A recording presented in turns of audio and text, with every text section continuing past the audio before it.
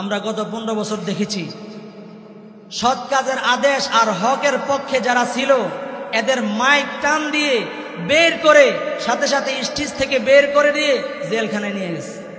কথা বলেন ঠিক না ঠিক? সৎ কাজের আদেশ অসৎ কাজের নিষেধ এটার প্রতি এত অনীহা ছিল।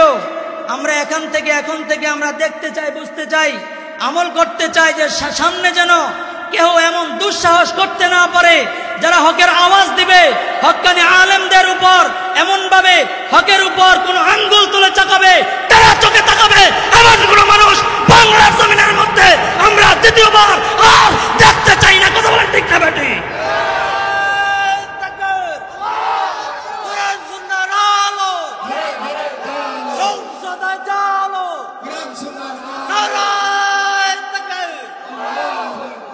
মুসলমান ভাইয়েরা আমার, বলতেছিলাম আল্লাহর পয়গম্বর ডাক দিয়া বলতেছেন তোমরা যদি সৎ কাজ করতে নাও পারো তারপরে আদেশ করবা।